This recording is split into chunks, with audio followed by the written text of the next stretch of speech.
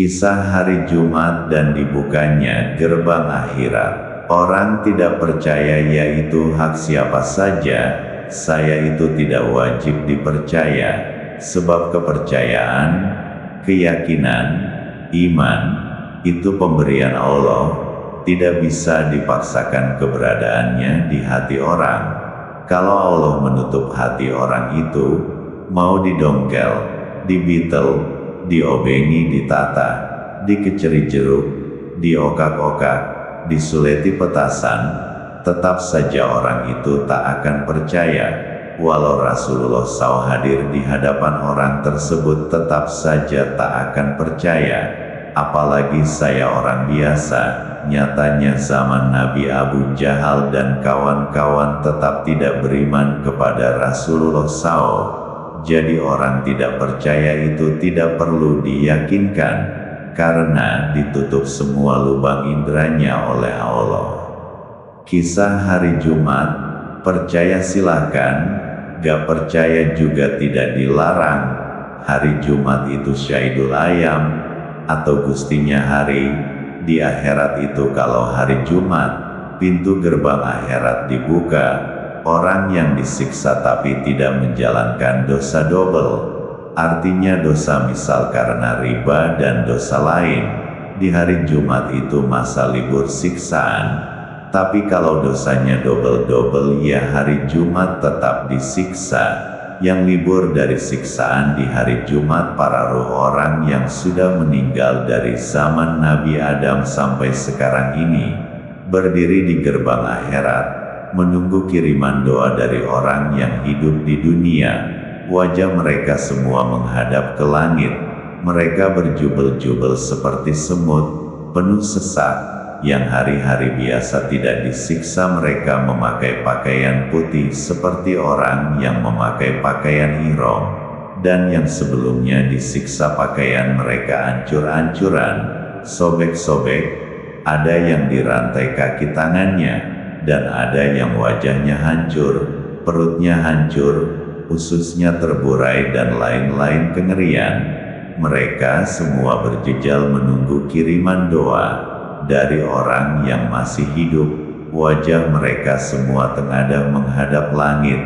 Sekali waktu ada cahaya doa yang tertuju pada seseorang, dan cahaya itu seperti bintang jatuh dari langit, langsung menuju orang yang mendapatkan kiriman doa itu. Itu jika doa itu sampai. Ada juga cahaya doa yang terkirim kepada seseorang, tapi cahaya itu sebelum sampai kepada orang yang mendapatkan sudah padam duluan. Ketika seorang aulia mengirimi doa pada mereka, maka ribuan triliun cahaya jatuh dari langit, seperti hujan deras menuju semua orang yang menunggu. Semua orang menggerung menangis, air matanya bercucuran. Mereka berlarian berebut cahaya yang datang itu dengan tangisan kebahagiaan, karena doa aulia itu meringankan siksaan mereka.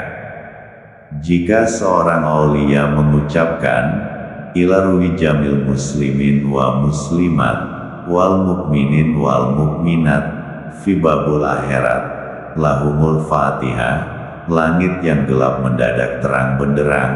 Ketika Fatihah dibacakan, berjuta triliun cahaya seketika turun dari langit seumpama hujan cahaya.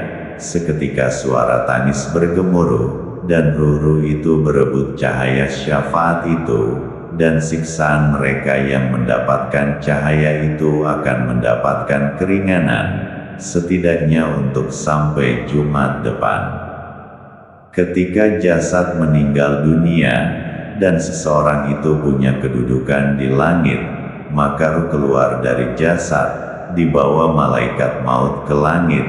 Di langit berapa dia berkedudukan atau tinggal, maka ruh akan dibawa ke sana. Di langit itu malaikat-malaikat akan berbaris menyalami, mengucapkan selamat datang. Di langit itu digelar karpet dan ditaburkan bunga-bunga yang wangi. Lalu ruh dibawa ke tempat tinggalnya, ditunjukkan fasilitas-fasilitas yang akan diterimanya. jika masih di bawah langit 100, maka masih disambut malaikat saja. Tapi jika sampai langit 100 ke atas, yang menyambut bidadari, makin tinggi makin banyak bidadari yang menyambut sebagai pelayan dan istri. Surga itu di langit 100 ke atas. Jika belum sampai langit 100 ke atas maka belum mendapat surga, hanya tinggal di langit.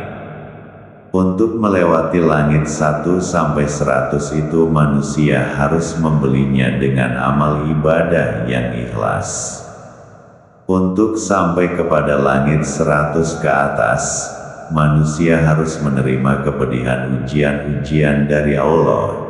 Jadi orang-orang yang langitnya atas atau para penghuni surga itu orang-orang yang sakit didera cobaan dan ujian bertubi-tubi, tapi mereka ridho menerimanya, tak mengeluh dan sambat-sambat ke siapa saja. Orang yang sampai derajat surga Firdaus itu yang kuat menerima ujian sebagaimana ujian-ujiannya para nabi. Ketika meninggal dunia, adalah hidup ke tempat yang dicita-citakan, maka ketika meninggal bukan kesedihan tapi sukacita. Mati adalah anugerah terindah. Begitu juga orang yang meninggal tapi tidak ada amal baiknya, maka setelah ruh dicabut dari badan, ruh dibawa ke tempat penyiksaan. Ada yang tak masuk neraka, tapi ada juga yang langsung masuk neraka dan disiksa. Setelah jasad dimakamkan, ruh dikembalikan ke jasad untuk menerima pertanyaan malaikat Mungkar Nakir. Jika bisa menjawab semua pertanyaan maka lolos, dan jika tidak bisa menjawab maka akan disiksa. Setelah selesai ditanya, maka ruh dibawa kembali ke tempat tinggal yang sebelumnya sudah ditunjukkan. Saat itu ruh orang yang disiksa banyak ingin berusaha kabur dari cengkeraman malaikat yang membawa. Kayak maling mau kabur dari pegangan polisi, tapi yang megang malaikat yang kuatnya bisa mengangkat gunung, dan kecepatannya bisa lebih cepat dari kilat kala menyambar. Bahagialah orang yang sadar ketika masih hidup dan mempersiapkan bekal sebelum mati, dan celakalah orang yang lupa, dikira tak mati, ternyata mati datang tanpa pemberitahuan. Begitu saja malaikat maut ambil nyawa tanpa permisi, mati datang tiba-tiba tanpa rencana, menyesal juga sudah tak berarti lagi. Ketika itu, semua diperlihatkan, apa yang dikira ternyata kebanyakan sebaliknya dan tiada dinyana. Manusia hidup itu ternyata seperti mimpi, semua begitu saja seperti pelangi, bisa dilihat tapi tak bisa dipegang dan diraba. Maka tak salah jika dikatakan, manusia hidup itu seperti sedang tidur mimpi berjalan, dan kematian itu adalah umpama terjaga bangun dari tidur. Apa yang dilihat di alam mimpi hilang seketika saat terjaga. Orang itu kalau belum mati, belum akan tahu kebenaran sejati atau yang sesungguhnya. Kalau sudah mati baru akan tahu mana salah mana benar. Nabi Muhammad SAW atau nabi-nabi yang lain juga dituduh tidak benar. Fir'aun menuduh dirinya lah yang benar. Abu Jahal menuduh dirinya lah yang benar. Jadi merasa benar itu sudah watak dasar manusia. Seorang pembunuh pun akan merasa dirinya benar, karena dengan alasan-alasan yang dikemukakannya. Walau manusia sejahat apapun itu merasa benar, tetap saja hukum Allah itu berlaku. Yang benar akan dimasukkan surga dan yang salah sekalipun merasa benar akan disiksa di neraka. Itu harus disadari, tanda di batin kita ada imannya, ada pembalasan di hadapan Allah. Makanya manusia itu kalau mati baru akan tahu mana yang benar mana yang salah. Bisa jadi orang merasa dirinya benar, ternyata di akhirat disiksa, maka itu tandanya yang diyakini dan dilakukan tidak benar, dan semua orang itu akan mati dan pasti mati, sesakti apapun pasti mati. Sebaiknya kita punya akal, dipakai menimbang dan berlogika, karena siapa saja itu pasti merasa benar. Maka ketika orang lain ngotot dengan kebenaran yang diyakininya, biarkan saja, tak usah kita mendebatnya, tak usah kita juga merasa benar, dan menyatakan diri yang benar, dia yang salah. Nanti akan debat kusir gak ada ujungnya karena masing-masing merasa dirinya lah yang benar. Sebaiknya jauhi perdebatan, jauhi menyalahkan orang lain. Sibukkan perbaiki diri, sibukkan memperbaiki ibadah kita, sibukkan mendekatkan diri kepada Allah dengan kebenaran yang kita yakini.